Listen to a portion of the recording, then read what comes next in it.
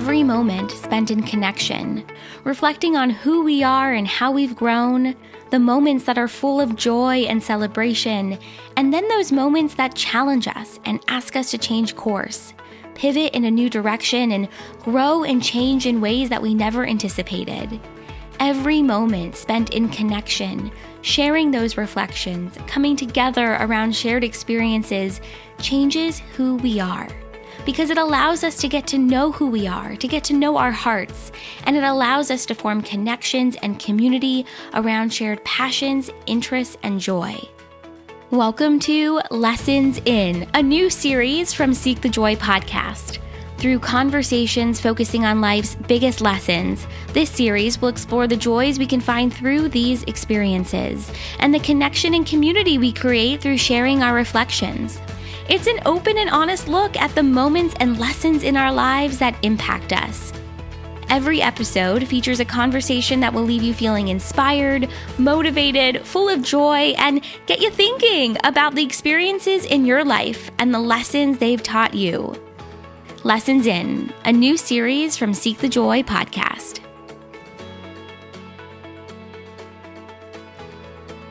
Welcome back to Lessons In.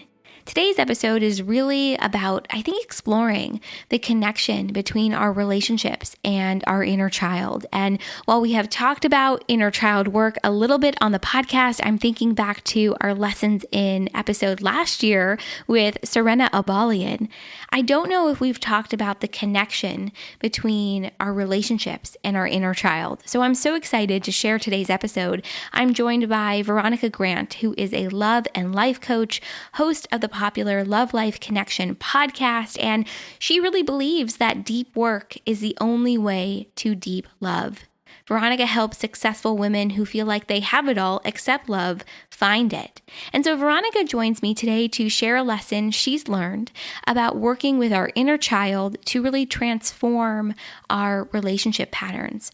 Through healing her relationship with her body and discovering her own innate worthiness, Veronica embarked on a journey back to herself through uncovering and healing her limiting beliefs and ultimately connecting with her inner child.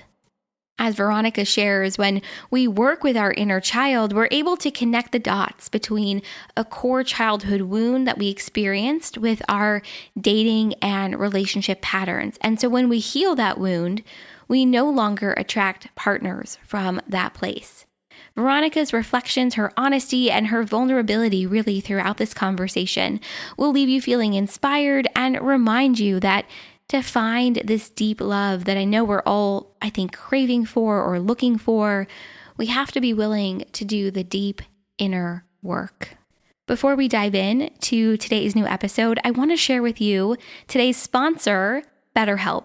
So the last year has been challenging. There is no doubt about that. And I am personally feeling some re-entry anxiety. I think that's a new term that they're coining during this time. And so for me, it's been really important to have reliable resources that we can turn to. And that's really where BetterHelp comes in. BetterHelp will assess your needs and match you with your own licensed professional therapist. And it's easy and free to change counselors if you don't think the person you're matched with is a good fit. This service is available for people worldwide too. BetterHelp offers a broad range of expertise in their counselor network, so you'll get timely and thoughtful responses, plus you can schedule weekly video or phone sessions too. I really want you to be able to live a happier, more joyful, and ease-filled life, and so I'm excited to share that as a listener of Seek the Joy podcast, you will get 10% off your first month by going to betterhelp.com/seekthejoy. Join over 1 million people taking charge of their mental health with the help of an experienced professional. That's BetterHelp, HELP.com/seekthejoy. The link will also be included in our show notes. To learn more about Veronica, today's new episode, and our series, Lessons In, head on over to the show notes section of the website. Everything is right there. And as always, I would love it for you to join the conversation on our social media channels, Instagram, Facebook, Twitter, and LinkedIn. We are at Seek the Joy podcast everywhere. No matter where you're tuning in to Seek the Joy right now, hit follow or subscribe. And if you can, leave us a 5-star rating and review. Ratings and reviews really help the show get seen by new people. It shares with them what Seek the Joy podcast is all about. So when you leave that review, take a screenshot, send it to Sydney at seekthejoypodcast.com. I will send you something to say thank you, and it's really a wonderful way for us to connect outside of the show. All right, that's it. I am so looking forward to hearing what you think about today's new episode. There was such a beautiful connection between our relationships and our inner child, and Veronica is just such an expert in this area, and I'm so excited to share her wisdom with you. So without further ado, here is my conversation with Veronica Grant. Veronica, I am so excited to have you on the podcast today because I think looking at dating and relationships through the lens of our inner child was a brand new concept to me. So I assume it's going to be brand new for a lot of people. But I think it's a really valuable conversation to have, especially as so many of us within the last year have been looking at our relationships differently, or some of us put a pause on dating. Some of us have been really out there. So before we kind of dive into all of that, I would love to start off, maybe share with us who you are, your journey working with the inner child, and then we'll kind of go from there. Yeah. Well, thank you so much for having me. I'm excited to be here. So like I think a lot of life coaches, it was a roundabout way getting to where I am, but it really started actually not so much with my struggle in relationships, but it was more about my struggle in how I saw my body. Mm, And, I had like this constant fear of just like being quote unquote fat. And, and so, I won't get into all the details of that, but basically I learned from an early age that if I'm, a little slenderer, like maybe 5 or 10 pounds lighter, then I'm going to get attention. I'm going to get attention from, well, I guess then boys, because I was, a tween or a teenager. But then also I was going to get positive attention from the women in my family, like, oh, you're looking good, or oh, you must mm-hmm. have lost weight. And even though those things feel like compliments, it just puts that attention and the pressure on to maintain the size. Right. Right. So obviously I didn't have this awareness then, but looking back, I can see now that I learned to get my sense of self, my worthiness, my confidence, and also feel loved through how my body looked. Mm, And so began like this almost addiction to being on and off the diet wagon, the diet train, whatever they call it. And so paralleled with that, I had a really hard time dating and being in the kind of relationship that I wanted.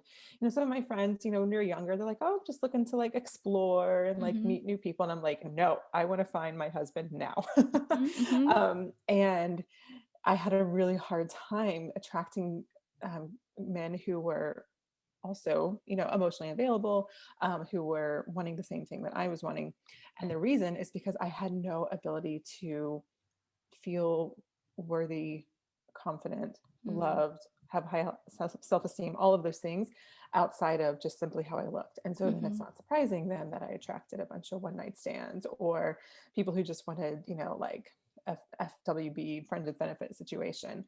And it wasn't until I really was able to heal my relationship with my body that I was able to then look back and say, oh, this is how like I learned to see men, women, love, the world, relationships, all of those things. And so I had to go back and heal that little girl Mm, who believed that her worthiness sat outside of herself. And through that whole process, I mean, look, I'm not healed. It's an event. We're always healing. yeah, always. Um, but once I started to begin to connect the dots and begin that initial healing process, I was able to heal the relationship with my body. It's certainly not perfect. Pregnancy and postpartum have been a whole, host of Mm, fun things to explore in terms of my body. But then also, um, it allowed me to have the relationship mm, that I wanted to have. And mhm. so that's what I do. That's how the work that I work with clients, it reflects around. It's not like, okay, text this or write this in your profile, and because that's great if you want to be a really good dater. Yeah, That's great yeah. if you want to go on a lot of dates and have a lot of sex. But if you're looking for a partner, a lifelong partner, then you really have to take a pause and a step back and do some of this deeper inner work. Hmm. I think your journey is so interesting because you were able to pinpoint for yourself the age and the emotion and the experience of needing validation or seeking it based upon what your body looked like or felt like, how thin you were, how much weight you had gained or lost. And I think for so many of us, we're not even there yet where we're able to pinpoint that time frame or that time in our lives where something happened to us or we had some kind of an experience or conversation or something that was so impactful that it has colored or it's a lens that we see our Mhm. relationships through. And so Yep. if somebody is listening to this, what would you say to them? Where is a good place to start to do that inner work that you were talking about with your inner child so that you can kind of begin to do what you described for yourself of pinpointing, okay, it was about validation, it was about my body image, and where's a good place to start? Yeah. Well, first you mentioned a key word that I use a lot when I'm teaching. You use the word lens. And Mm, so a lot of times people will listen to me talk or, hear my coaching philosophy and like, oh my gosh, I'm so broken. I have so much to work on. And like it's kind of like that heavy energy. And yeah. I think of it as you just put on a pair of glasses when you were Hmm. younger. And that's the way in which you view the world. And the healing process isn't about fixing you because no one's broken. It's just about putting on a new pair of glasses, because the glasses that you have on, like that's just how you're seeing the world, but that's not absolute truth. It's not absolute reality. So just want to point that out. Yeah. Um, Yeah. and the other thing is that, I didn't figure this out by myself. I didn't invent inner child work. This is something that goes, way back. A Hmm. lot of people use this work.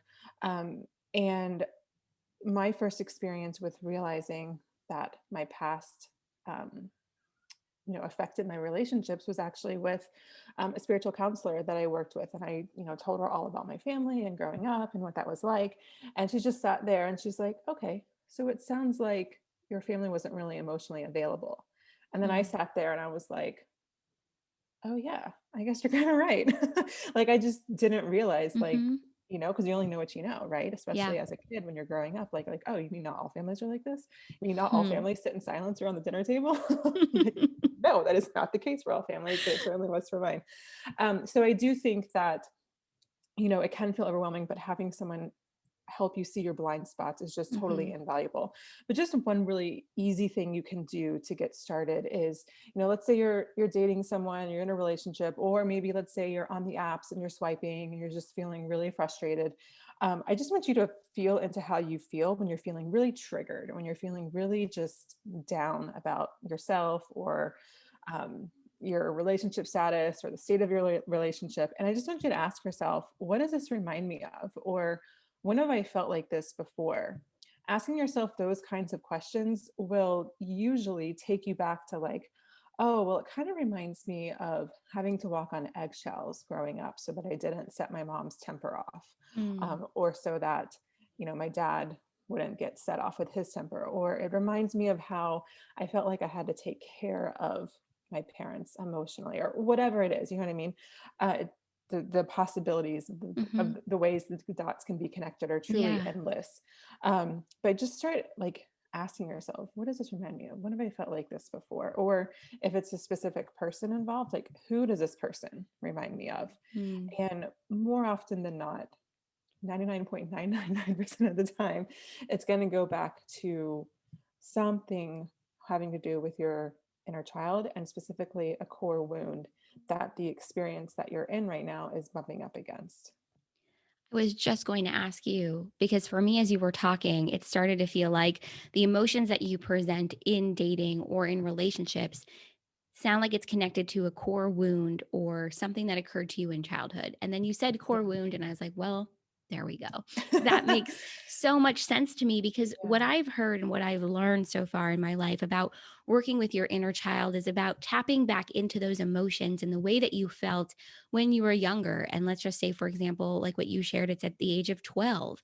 And so that you tap back into it and you allow yourself to really sit and experience those feelings and then be there for yourself in a way that you couldn't when you were younger.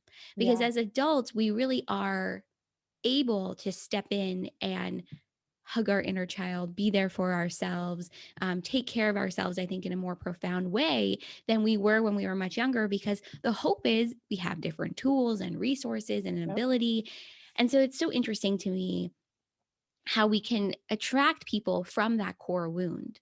And it sounds like we continue to attract or build relationships or have interactions from that space until we really do that inner child healing Yeah. and sit there and we're with ourselves and allow ourselves to know that we're safe and taken care of and allowed to move forward. Yeah, yeah. I mean, and it's completely normal. A lot of times I'll get like frantic DMs and on Instagram or emails or whatever, like, okay, this is the situation, da, da, da, da, da, and they'll list out the whole thing of whatever's going on. And what they're doing is they're looking at the situation from almost like horse blinders. They're like looking at this one Mhm. specific thing. And I'm like, what I want you to do is I want you to take the horse blinders off, take a step back and ask yourself, what if everything going on in my life made perfect sense? you Hmm. know because I mean, look, I believe this, you don't have to believe it, but I really believe that nothing is random, right? Mhm. We are if you didn't feel, if your parents didn't make you feel good enough or loved unconditionally, like you felt like you had to earn their love by being the quote unquote good kid or taking care of them or just not rocking the boat or whatever, you're going to still feel that desire to want to feel loved. Like that's Mhm. normal. You're human, right? We have a frontal lobe. Like that's different from other animals. You know what I mean? And so you have that very basic need, and you are going to do one thing or another to go get that need fulfilled. And Mhm. if you developed unhealthy coping mechanisms, such as shutting down so that you wouldn't, rock the boat when you were younger, you're going to carry on that same coping mechanism as an adult because you still need to feel loved. And so you're still going to do the same thing as an adult, but as an adult dating, it might look like not really speaking up for what you need or not setting a boundary because you don't want to rock the boat and you just want the person to like you or you want the person to stay in the relationship with you. And so while it might seem like, gosh, like I'm such an idiot for attracting this kind of person or ignoring that red flag, or why is this relationship so toxic or dysfunctional? It makes no sense. I'm a smart, successful person. Like, why do I keep attracting like this kind of hogwash or whatever? Mhm. Take a step back and ask yourself, like, how is this one situation or this relationship a part of a whole sequences of events where one has led to the other and it all makes perfect sense? Mhm. Because what that, at least what I think it does, and what I think it does for my clients as well, it kind of lightens the load a little bit because Mm. then you're like, oh, it's not just me. I'm not inherently unlovable, or there's not something inherently wrong with me or broken. It's just that you put on a certain pair of glasses, like we talked about before, Mhm. as a way to receive love. And now it's just about doing the work to put on a new pair of glasses. That's it. Hmm. Mhm. Like it's hard work, but it can be quite simple. Yeah, I love the way that you just broke that down because often I think we can blame ourselves. Like Yeah, just what you said, that negative self talk comes through so quickly. Oh my God, I was so stupid to let this happen again. Oh my God, how could I not pay attention to that big warning sign, that big red flag? We often blame ourselves. And I love this perspective shift of it's not so much about blame, but about recognizing this series of events, these patterns in your life, and finding the root cause of them so you can transform it, so you can establish a new pattern for yourself. exactly. I love Exactly. this. And I think this is so powerful for all of us to hear and to take in because we go to that space of it's my fault. I messed up. There's something inherently wrong with me. The more that we tell ourselves that there's something wrong with us and that we're not lovable, we start to really believe it. Yeah, And we are all lovable. We're all of capable course. of love. We're all here for love, in whichever way that looks like for somebody. So I love that perspective shift that you shared. Because I think it's so important to embrace that. And it sounds like you can really do that through shifting the lens, as we've been talking about, and doing this work with your inner child. Yeah. Oh, totally. And like it doesn't have to take, I think when a lot of times when people hear about this kind of stuff, they're like, oh Mm-hmm. God, it looks sounds like years in therapy. And it Mm-hmm. doesn't have to be like that. Like it's not a rehashing the way therapy is, specifically talk therapy can be. Yeah. You can like get in, connect to the inner child, and you get out and then you apply it to your present day life. So look, everyone's on their own path and their own pace, but Mm-hmm. you know, it uh, it doesn't take years and years and years. Like I have clients, after, a package of sessions of working together, like it's like they're they see themselves and relationships and dating, whether or not they're in a relationship at that point, like they just see it in a totally new perspective, and they feel, hopeful is not really the right word, but they feel like inspired, and they feel Hmm. like, yes, this is possible. Like there's nothing wrong with me. There's nothing extra special about that other person who's in the kind of relationship I want to be in. Yeah. Um, and when we can begin to see ourselves and other people on that level playing field, then you begin to swipe right on people that you're actually excited about, Hmm. and you don't quote unquote swipe down or do other things to Hmm. keep ourselves stuck. Hmm. So I want to ask you something. I mean, it sounds like, well, how do I want to phrase this question? It's early in the morning for me. Um, this series is about life's lessons, and it really sounds like you really honed in and tuned into the power of working with your inner child through your own journey, obviously, and what you shared at the beginning about body image, and really, to me, it felt like it was a journey of knowing your worthiness outside of what you look like and what your weight was. At what point, though, was it really that moment with that counselor that you were like, oh, yeah, this is about the inner child? I'm curious, because, yeah, I'm curious if that was the moment for you that everything shifted, or was it really when you started working with clients that you saw the impact, I think, of this work? Mhm. Yeah, I think it was a little bit of both, because when I started coaching, I was not focusing as much on the inner child. I talked about like, oh, what are some of the old beliefs that you have? And those are beliefs directly from the Mhm, inner child. So it was a combination of, understanding how my family dynamics were affecting my love life, and then also working with other coaches and healers who helped me do, like, all the ancestral healing and past lives healing, and like, I don't know, all these things that we do mhm, in the modern age.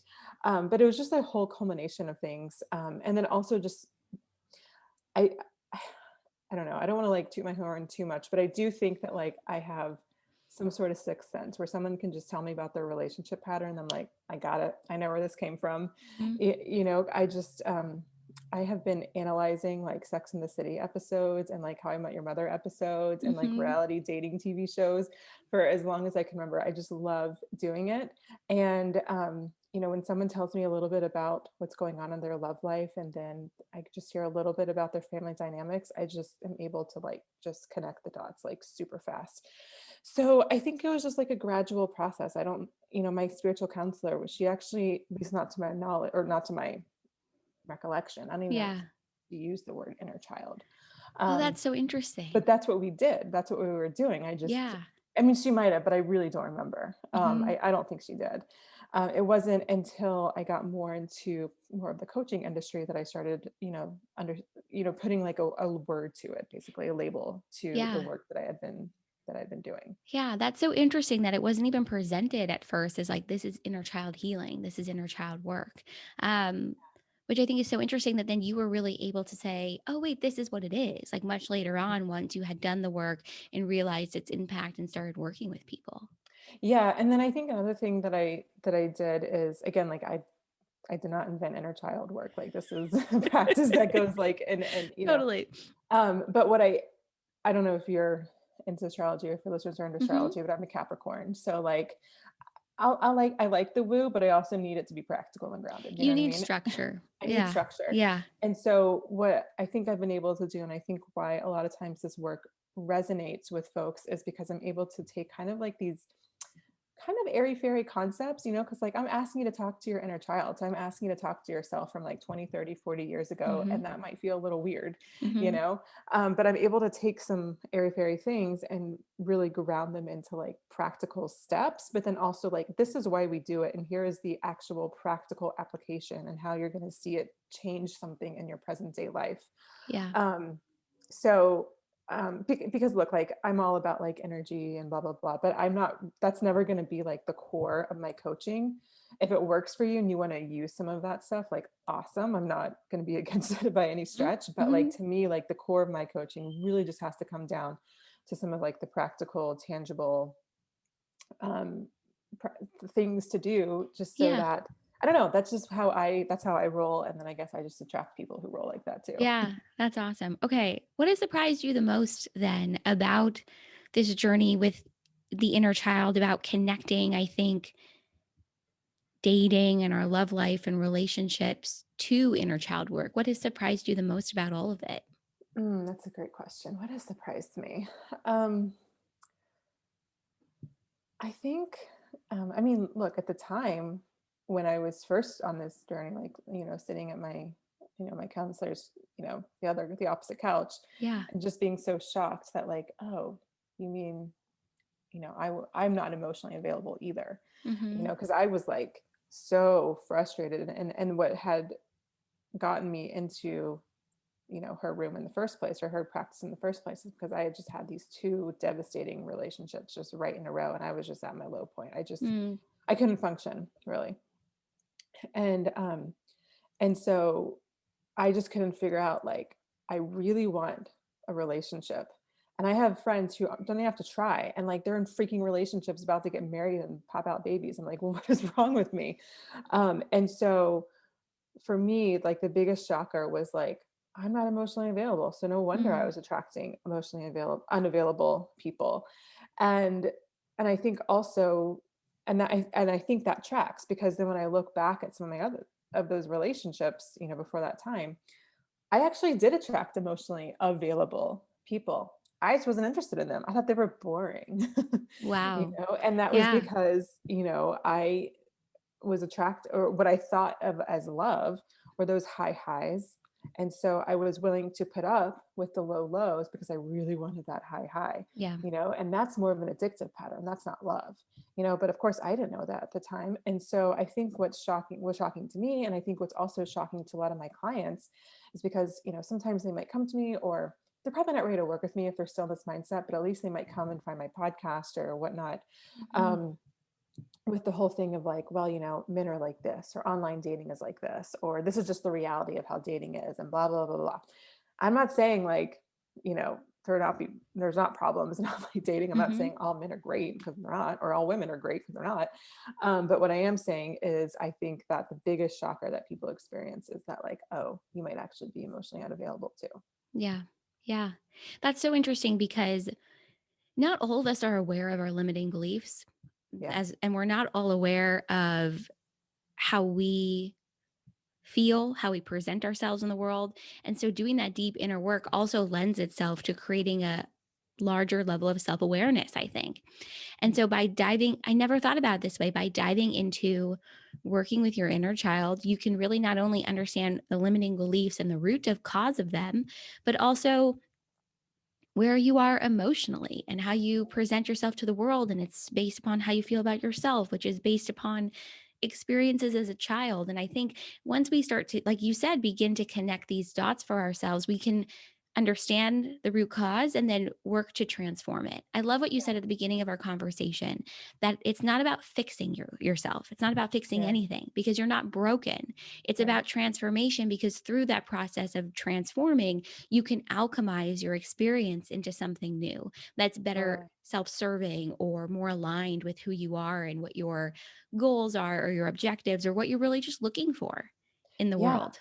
totally. It's really just a process of becoming emotionally available, because, Mm-hmm. I'm going to talk, heteronormative for a second, but, when we Yeah. think of like an emotionally unavailable man, we think of like the avoidant style, like Mm. kind of like calls sometimes, doesn't really follow through, kind of just wants sex, doesn't want, so that's what we think of when we think of emotionally unavailable. But let's say like you don't ask for your needs, like, or you don't set your boundaries Yeah. because you're afraid of what might happen.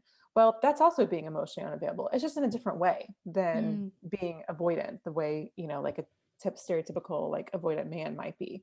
And so I think that, um, if you get to a place where you can actually express your needs and express how you feel, then people who are avoidant are going to just be like, "Mm, not for me, I'm moving on." You know what I mean? Mm-hmm. And so you can Mm-hmm. kind of just like more naturally repel some of those people. And then people who are more emotionally available, they're not going to be so freaked out, every time you set a boundary or share how you feel. Even something like, hey, I had a really great time tonight, I would love to see you again. Or like, Mm-hmm. hey, like, this is my first, meetup date in a long time, I'm really nervous, or I'm really excited. Just something like that is, it can feel a little like ick, but if it feels a little ick to you, that means that, like, that's just another, emotional barrier to break down. Mm-hmm. There's such an interesting relationship, I think, between emotional availability and vulnerability. Yeah. And you nailed it when you said if you feel like there's a little bit of ick involved, I think that means there's a little bit more work to do, and that's Yeah. okay. That just Yeah. means there's something else for you to uncover and look at. Veronica, I have loved having this conversation with you because, like I shared with you, we have talked about the inner child before, but never in this way. And I think it's so valuable to start to connect the dots with dating and relationships and inner child work. So thank you for coming on the podcast and having this conversation with me. My Where pleasure. where can everybody find you, connect, hear your amazing podcast, and learn more? Yeah, so I have a podcast called The Love Life Connection, and you can listen probably wherever you're listening to this podcast. Mm-hmm. And there I have women on the show where I actually coach them. So if you're kind of curious about how inner child coaching looks or what it sounds like or what kind of stuff we do, then that's a great place to begin. And then if you're ready to dive deeper into the inner child work and a little bit more about the kind of science behind it, ins and outs, and how to get started, then I recommend starting with my workshop, 5 Steps to Ending Overwhelm and Anxiety in Your Love Life. And you can get that at veronicagrant.com/workshop. Perfect. Everything will go in the show notes. We'll make it so easy for everyone to connect with you and learn more. And I've been listening to your podcast, and let me tell you, the coaching sessions are so fascinating. So I encourage anybody that's listening to go over to Veronica's podcast and tune in. You drop some major wisdom in those sessions with people. So it's pretty cool. All right. This is Thank you. amazing. Thank you for coming on. I really enjoyed this conversation.